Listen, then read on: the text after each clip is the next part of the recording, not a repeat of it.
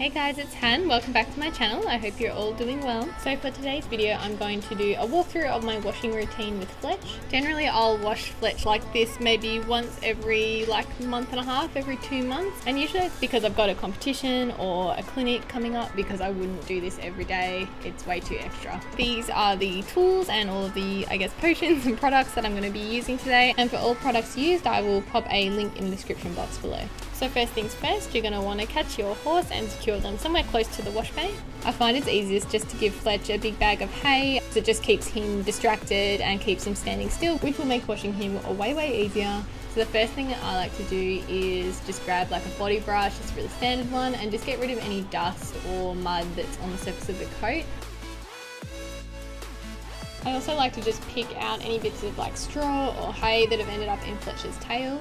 I find this way easier to do before any water gets involved, because once the tail is wet they become much harder to remove. And I always check the water temperature with my hand, which you can see me doing, just because in Australia when it's really warm, all the hoses heat up and initially the water will come out like boiling hot, so you have to let it run for a few seconds to get that cold water through.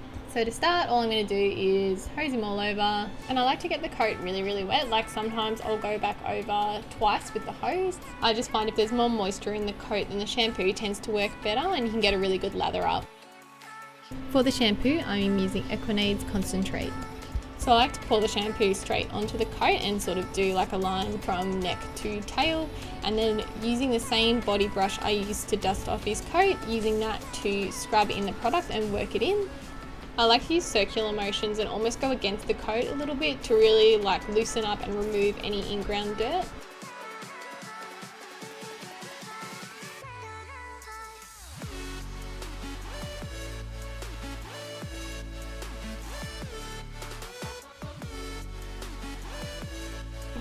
So I always like to work from side to side. So for example, I shampooed the left side first, then I move to the right. So when I go to rinse, I start rinsing on the left side first and then move to the right. Simple, yeah? And then when I'm rinsing off the shampoo, I really like to use my hand in there as well, because sometimes I find if you just hose it with the hose, there'll be shampoo residue left on their coat, and I really like to get all that off just so they're not irritated by any leftover suds or anything. And if you put your hand in there, it's almost like shampooing your own head. You can sort of feel where the oiliness is, where the shampoo still is, and it just helps you get rid of all of it.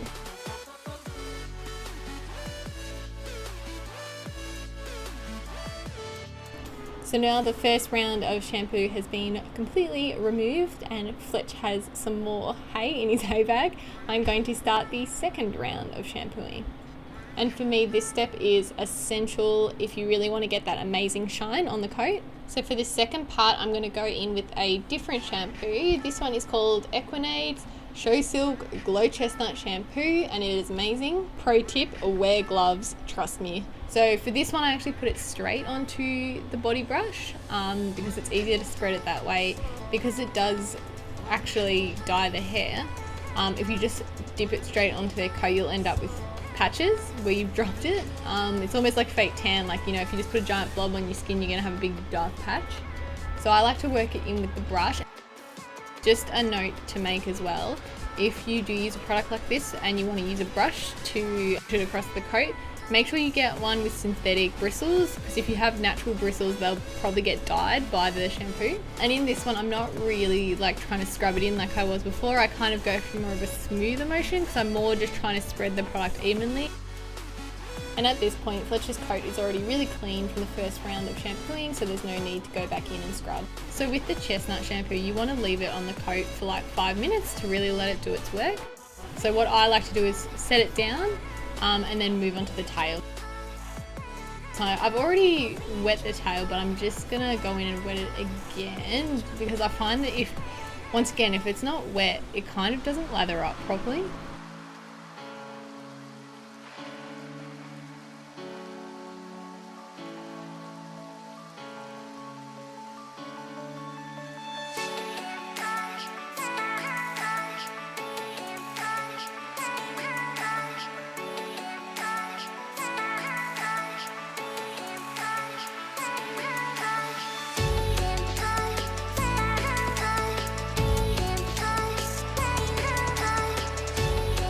So same as before, I just like to pour the shampoo straight onto the tail and then just really work it in. Fletch does have quite a thick tail, so I do have to spend quite a bit of time sort of just working in the shampoo.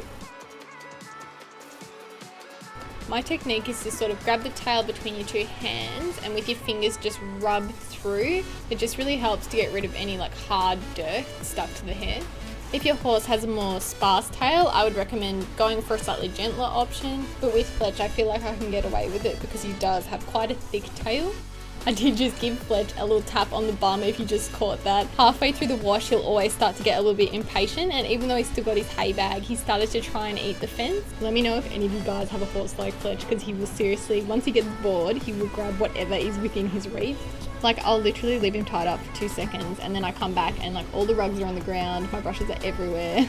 So cute, but such a shit. So now that Chestnut shampoo has been sitting on Fletch for about just over 5 minutes, I'm going to go in and wash it again. And because this is the final time you're rinsing, this is when I really make sure to use my hand, make sure all the shampoo is completely washed out. I don't want any residue left on his coat. And I especially just like to make sure that there's absolutely no shampoo left in their like armpits, for example, or leg pits. I don't know what you would call them. These are like prime locations for shampoo to just sit and so easily get missed. So I just like to run my hands over just to make sure there's absolutely nothing left there.